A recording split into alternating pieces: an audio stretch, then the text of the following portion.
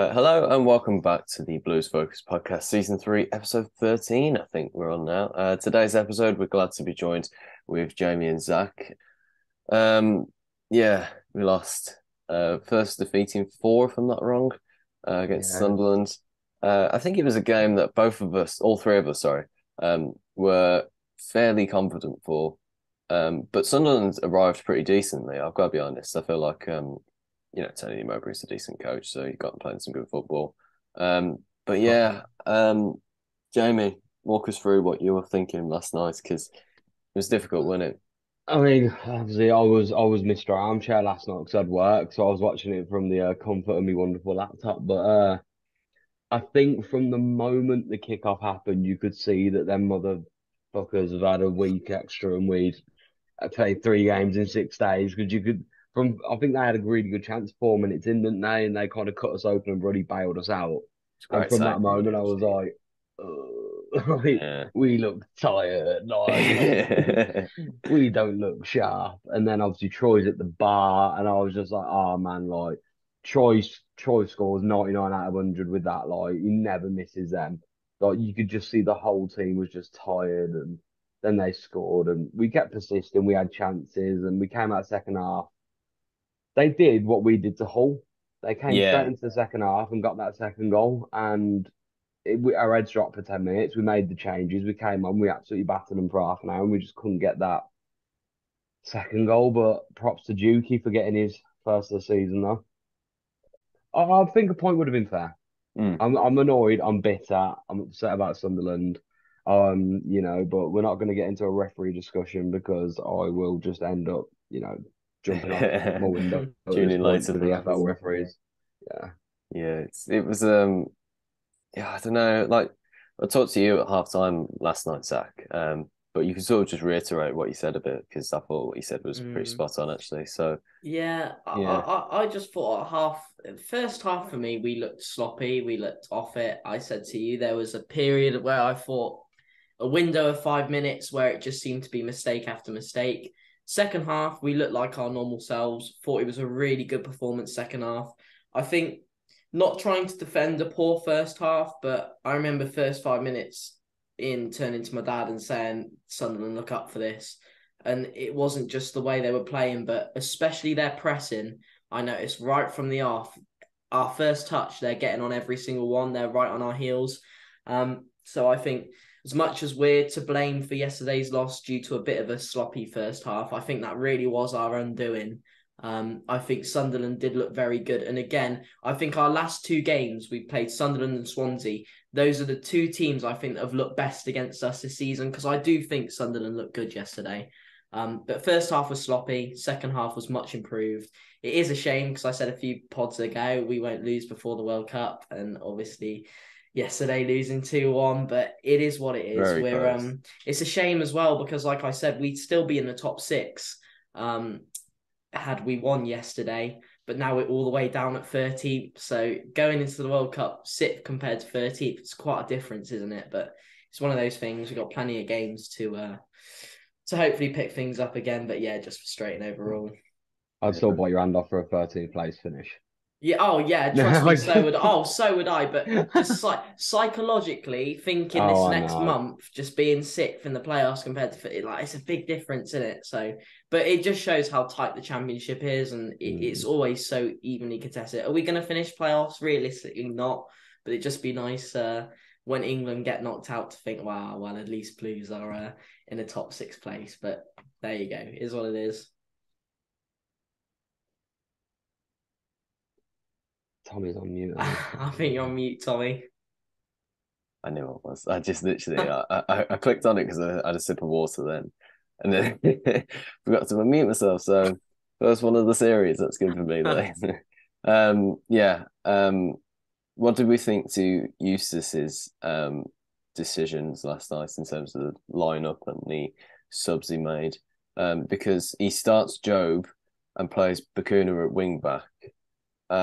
Like what's sort of the plan or the thoughts behind that plan? Do you think it is? It was an odd starting, wasn't it? I don't mind Bakuna at wing back. I think that's all right because in terms of other centre back options, we're a bit limited. And I know Bielik can play there, but I'd rather Bielik not play there just because I think he's fantastic in the midfield. And again, he was last night. I think the only other decision, I think to play Job was a poor decision. And it's the only one of the only decisions Eustace has made where I've been a bit like, I don't know if that's right. Just because, not that Job's a bad player, but the fact he's had very few minutes this season. It's the last game before the World Cup. It seems a bit of a weird time to maybe try something new. I think when we've got Chong on the bench, who's a solid player, and George Hall, who when he's played has been fantastic, and they both came on and they were a big improvement, to be honest. I just think it was a bit of a poor decision, to be honest. It's not something I would have done.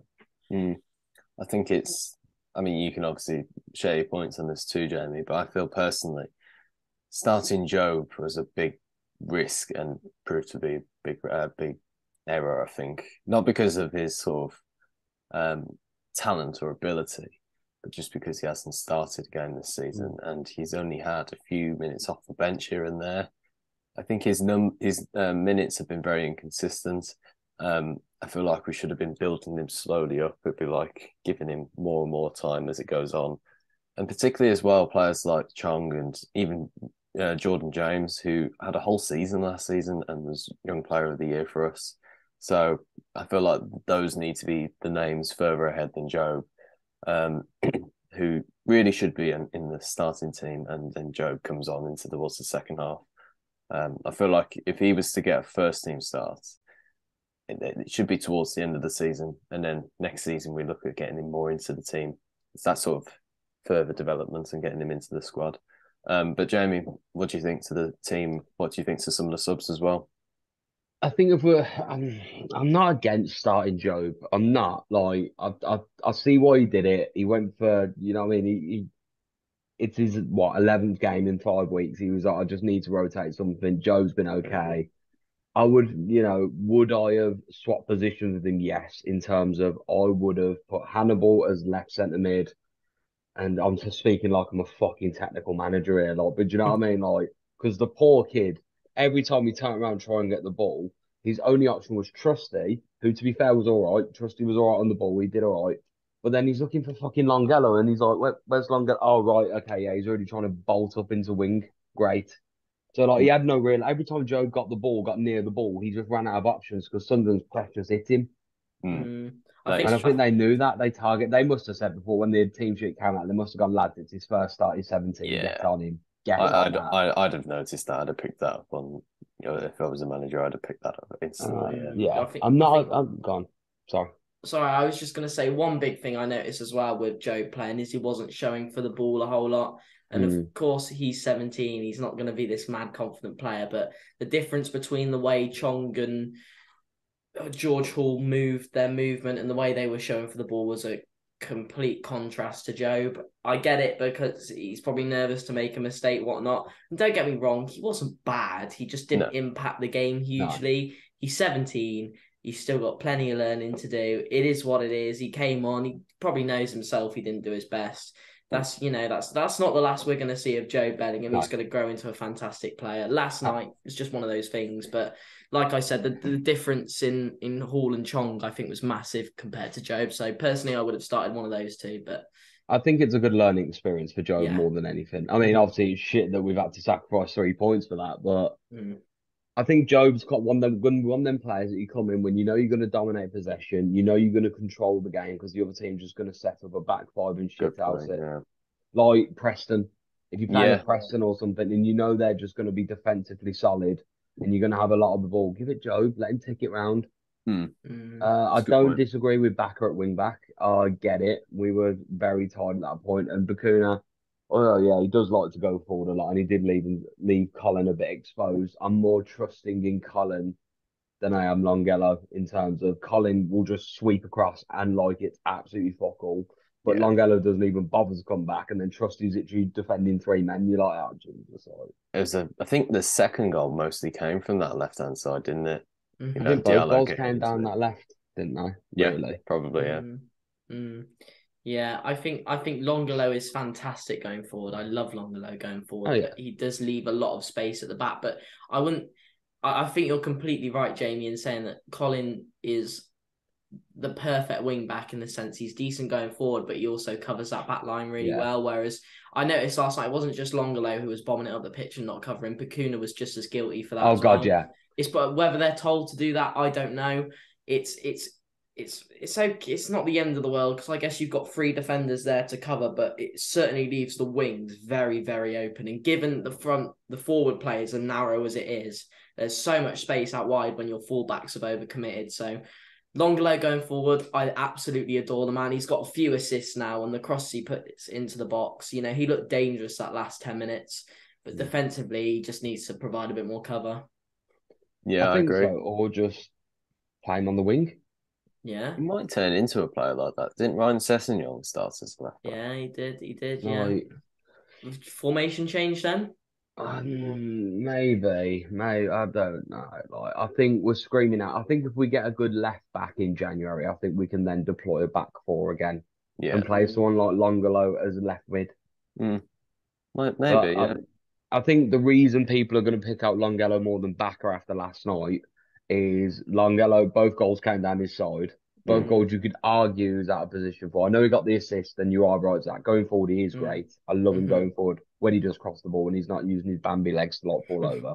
Yeah. And Bakuna gets out of trouble because he can fucking pass. Bakuna will look like he's in danger with three players around him, do some weird pirouette spin, and then he's pinged the ball 70 yards on the switch, and you're like, Yeah. where's that happen then? Like, it just makes it look effortless. Arguably, I think Baka's probably one of the best footballers at Birmingham City in terms of Yeah. genuine ball players. Yeah, ability, agreed completely. He Like, played a beautiful cross ball pass last night to someone. It was just drilled it across, didn't he? it was That one, stunning. It was amazing. And I think it came to Longolo and he actually touched it really nice, didn't he, inside? But yeah, I think we just need maybe a formation change. Like if we won last night, we wouldn't be talking about a formation change or No. anything. It's, of course, as soon as the loss comes in, you start to question things. But yeah. it's been working, hasn't it? This five at the back, so there's no need to change it at the moment. I just think our fullbacks need to play a bit deeper. These things happen, don't they? We were exhausted, and it Mhm. just happened. And I agree with Eustace. He can't fault the effort, and he can't fault how the players reacted to the situation. We did everything, and we left it on the pitch again, and we fought to the death. Yeah, On we the note did. of fighting to the death, Tommy, shall we talk about the penalty decision, which I'm just done with now? Yeah. What's your points on it again? Because we can sort of enhance on it as His well. point was right. So, Tommy, I don't know if you can you edit a picture into the what into this. Yeah, I can. Yeah. Can you edit the picture I sent you last night where I've Yeah. The circled little the pullback. Yeah. fucking pullback? I'm not being funny, lads, right? He's in the penalty box, and it's like you're playing like holding hands with him. His hands all the way back here, and he's being pulled. Mm. And like anywhere else on the pitch, that's a foul. It's a free kick, and it's a yellow card for pulling the play back. If Chong Hmm. goes down, it's a penalty. Chong tried to stay on his feet and be honest about it. And it's just one of them decisions that's just absolute bollocks. The Does second he? half as well, when Jukovic went for an overhead kick and he's being pulled back, and then Hogan's been pulled back because he's tried to get onto it. Because Hogan's offside, he's just called offside on the whole thing. And I'm like, are we just ignoring that Uke's also flown on his ass here? Or I mean, I don't think Chong was trying to stay on his feet. In fairness, from the what I remember about it is that he went down pretty quickly. Actually, um, yeah, he does go down pretty quickly. Actually, he oh, does does sort it? of, yeah. I feel like I personally think that the referee didn't give it because it isn't a foul. You know, it's in modern football, however, everything is like a foul nowadays. You can't do But any that's what I mean. You hear them controlling. all talk Yeah, about the letter of the law, the letter of the fucking law, yeah, but then they don't want to do the letter of the law when it comes to a decision like that. yeah. Which it Yeah. it's Go on, not a Tommy. foul. It really isn't. It's like when you get a little tug like that. In any other football, any like Sunday league football, if you go down in the box, everybody's laughing at you for that. Oh God, yeah, But of course. But it's when the referees don't stick to their soft decisions anyway. So there was how many tons of times did them, we shoulder to shoulder yesterday and the ref and gave there a was a free kick to foul. Yeah, Sunderland? And I exactly. was that's what I like about Bakuna defensively as well. He's proper old school in terms of he will just fucking full send a shoulder barge with Yeah, someone and just absolutely. he'll Yeah. block them up and stuff. And I'm like, I like that about him. Like Mm. most fullbacks now try and be all like clever about it, whereas he's just like, nah, I'll just I put my think when body in the you, way. Like, yeah, I feel like when you try and be clever as well, you run the risk of actually messing up even more. It's like you try and go around a bit with your hands in the air. But then you like trip over them because you're not focusing on actually winning the ball. So it's suddenly they shoot past you, and you need to suddenly get the ball because they've gone past you, and yes, you do take them down. So I feel like people just need to get stuck in, really. And we've had enough of all like championship players trying to battle with how shit the refs are. But if you just put in like a mean, fierce challenge like Hannibal does, then it's either a foul or it's not, particularly at high speed as well. Referees, they've got a lot to deal with anyway. So if a player goes in, wins the ball at speed, then chances are he'll probably just let it carry on, really. So, And I noticed it yesterday only because Bielik was down injured at the time, and obviously he had obviously because on the camera it pans into him so you can see what's going on. If you look, and this is going to sound really weird, if you looked at Bielik's socks while he was getting done, the amount of holes in it and cuts and like scratches through it, like his socks were just ripped to fuck. The amount of times like the players were just like studying down on him or hitting him and stuff when he had the ball, and I'm just like, there, look how many fouls he's getting it with, and they're just kind of allowing it to move on. yeah.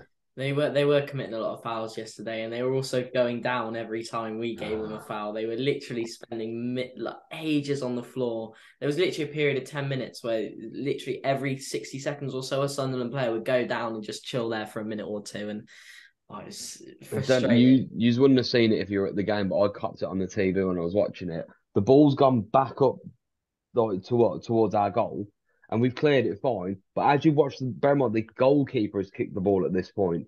The goalkeeper's kicked the ball. The centre back has just randomly sat down and just held his leg and looked at the ref like. I'm just like, fuck off. There's It's a not few of about those cramp. last And I'm night, like, yeah. nah, man, like. Yeah, at the Yeah. time I was absolutely infuriated about it. It really frustrates me, time wasting. I mean, it was what was making me laugh about those Wigan fans when obviously they did loads of time wasting and won it late on. They were laughing at how we were like moaning at them for time wasting. I don't like time wasting, even if we do it. It's like, just Yeah, carry on you with playing got football. so many comments on your vlog, Yeah. Tommy, about that. So As many, but a I agree. Time wasting should just be like there's. I feel something's got to be done about it. There was a game recently where I think the ball was in play for 47 minutes. yeah, The nearly a rest of half, it yeah. was like it's insane. I get it. It's part of the game. It's game management. When it happens against you, of course we're going to complain about it. And if we did it yesterday, we wouldn't even mention it and say, "Oh, we managed the game brilliantly." But Mm. it's just frustrating when it happens against you, isn't it? I The only time I was happy with time wasting was when we won the Carling Cup.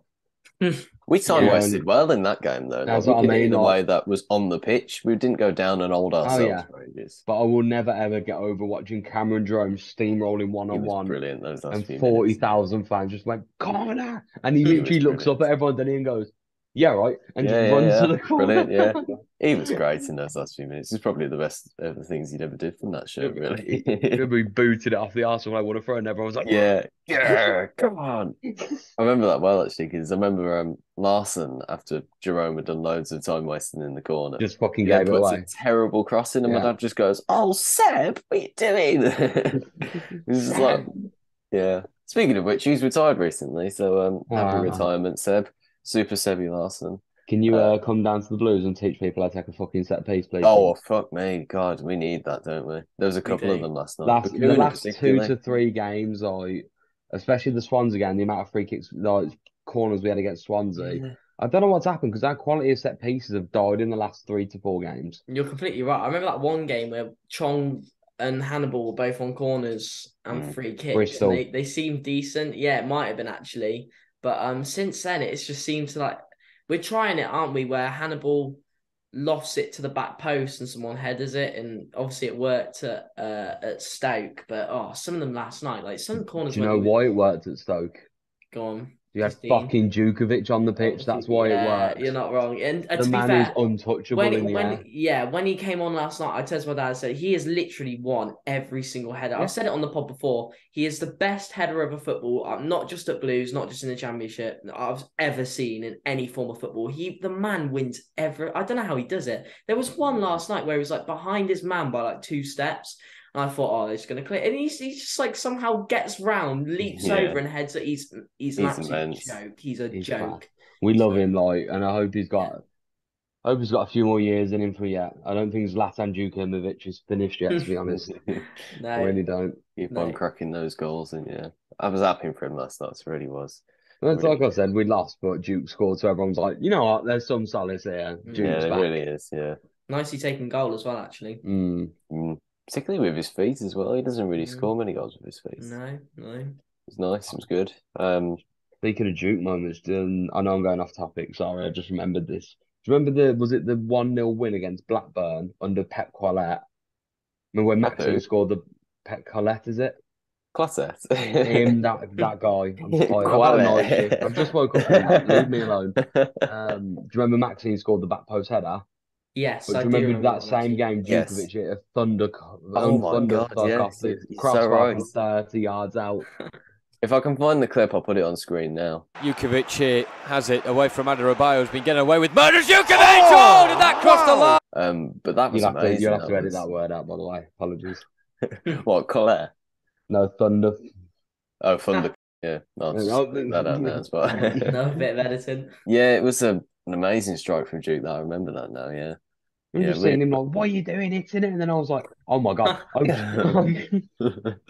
Oh, Oh man, yeah, he's a legend. But yeah, just sort of final thoughts on last night's game and where you feel like we'll pick up against Blackpool. Is it going to be revenge, or are we going to get beat 6-1 again? Do you want oh, to go first, Zach? yeah, go on. I honestly don't know. I think last night was just disappointing. I think Amad Diallo deserves a mention because the man looked an absolute he looked a joke. He's one of the best players I've seen come against Blues in a while. I mean, particularly the assist where he shrugged off like 3 or 4 of our players, and the bloke's 5'7" and probably like 60 kilos or something. It's unreal. And then his goal was just a joke as well. So just disappointing last night in terms of what we'll do against Blackpool. Blackpool are quite hit and miss this season, from what I can remember from their results and that. Um, I'd love us to bounce back. I think it's a weird one. Most of the time, I feel I can predict or now have a good idea of how Blues are going to do and what the score's going to be. But given we've now got a month's break, I think it could be quite an unpredictable one. I'm not feeling confident about it now. I've been feeling confident all season, but How Blues is that? I just think after a loss and after losing the momentum a bit, I don't know, it could trail off a little bit. I really, really hope it doesn't. We're away as well, aren't we? It is at Blackpool. If I had to give it a score prediction now, I'd go 1-0 Blackpool. Oh, come on, you can't say That's that. a criminal result. That's a criminal result, right? But I feel after a loss, the momentum training a bit, and this next month's break, I'm just not feeling. I'll always be honest on here. No, I like that. I won't feel. I'm not feeling that confident for it. Maybe because it's off the back of last night's result, and I'm a bit annoyed. And most of the time, as the game gets closer, and I get more excited. If we do a podcast before Blackpool, I guarantee you, I'll go 3-0 Blues, 3-0 Blues. At the moment, with the way I'm feeling, I reckon 1-0 Blackpool. That's what I'm going. Inserts Paddy Power fucking builder bet where he's put 4-0 Blues. Yeah. Manny Longfellow with Hannibal Yellow, obviously. Got one last night again. You know, he's only got 3 or 4 this season. When that came up on the Sky thing, I was Really? like, he only got 4 bookings this season. Yeah. He's It's got... quite surprising. He'll have about 20 by the end of the I season. think we'll come out of Blackpool an absolute storm. And I'm not just saying That's what I that in like to terms hear, of. yeah. I'm not Yeah, just that's an saying, and I upgrade. am pissed off about last night. Don't get me wrong, I was Debo to lose, but I think we've got a month now to sit. We've got a month to lick our wounds. We've got a month to recover. And a lot of the players in that dressing room still feel the pain of that 6-1 loss last year under Bowyer, and they're going to want to make that right. Troy, especially, is going to fire their lads up for that result. That was the result. That was the result that put Bowyer's nail in the coffin, really. That was one of the worst days last season as a Birmingham fan. I think we're going to come out, and I think we're just going to go aggressive, and I think Chong's going to be back to full fitness. Gary Gardner will be back at that point. Beat will be back. Hannibal will be back. Troy will be biting to go. Hogan will be ready. Duke will be ready. You know, your whole team will be back to full fitness at that point. Longfellow will do some defensive drills. Everyone will be ready to go.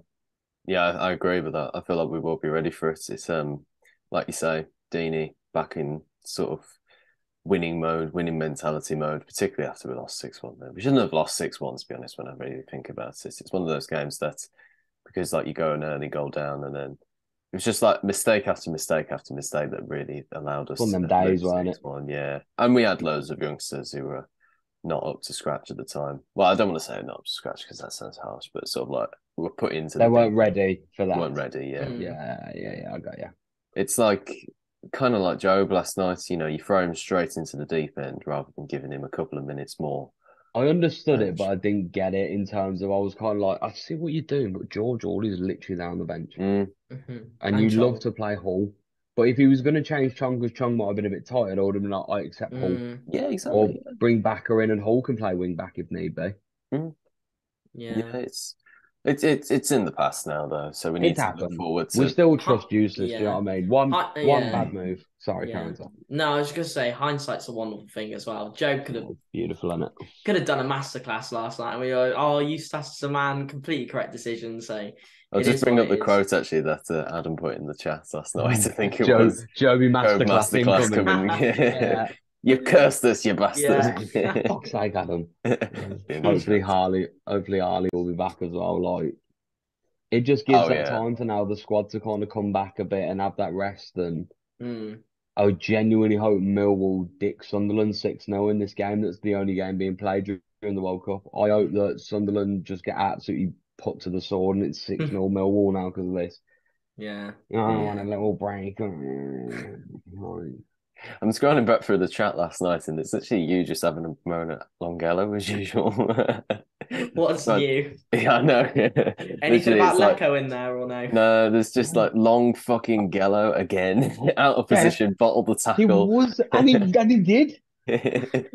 Which I was literally this? watched it. Then for the first goal, I watched it. One, he's out of position, and two, he's literally like that close to your man who's got the ball, and he just goes, "You're fine.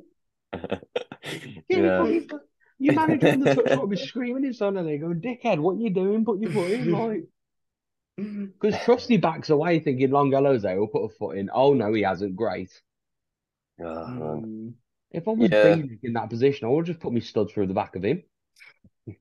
I know you're going to cut this bit out. Cut this bit out. You got to clap a bit louder in order for that to be cut out. Yeah.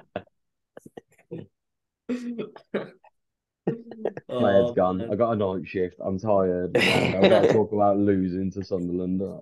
We could talk more about the stands, but we're going to get on to There's talk. work being done on that tear, though, aren't there? There is, yes. I saw there was stuff going Progress. on. More, yeah, exactly. And they're starting to look like they're sticking to the word now, which is what I've been saying for a long time. It's like less conversation, more action now.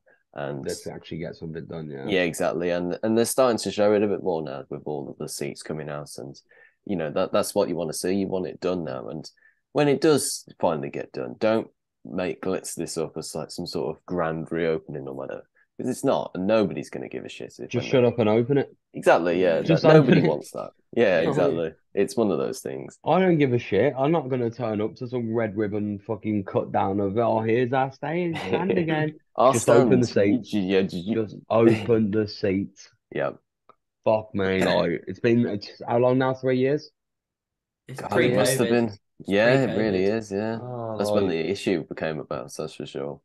And I think we should also have a nice train station next to Birmingham City just to make it easier to get in and out of. Yeah, I know Zach would these really ideas, appreciate that. Yeah, I actually would. A 35-minute walk or whatever it is from Blues to New Street is a long walk. So if they can, Listen though, like it's too big time. That is, you can't say that sort of stuff about the Blues. It's got like that is true. That is true. That is that's not us, is it? We'll have to keep it the very the poor, Blues way, non-money, bankrupt way, won't we? Oh god, yeah. Thank you for watching this episode of the Blues Focus podcast. A bit of a shorter episode than usual, but we will be back after the World Cup period for the regular podcasts again. We're going to be keeping up some content over the World Cup period. Depending on how good we do in the World Cup, we might do a watch along or something to go along with it. So get your suggestions down below of what you would like to see from us. But yeah, get your ideas of what you'd like to see in the comments down below. We've got loads of ideas for this sort of Christmas sort of period coming up. So you've got loads to look forward to. We've even got a Christmas podcast potentially coming on the way, proper studio kicked out and everything, with us three and another special guest as well, 4. So yeah, thank you guys for watching this podcast. I've been joined with Jamie and Zach. Thank you boys for coming on. Thank you. Cheers, mate. Great as usual. And yeah, keep right on. Keep right on.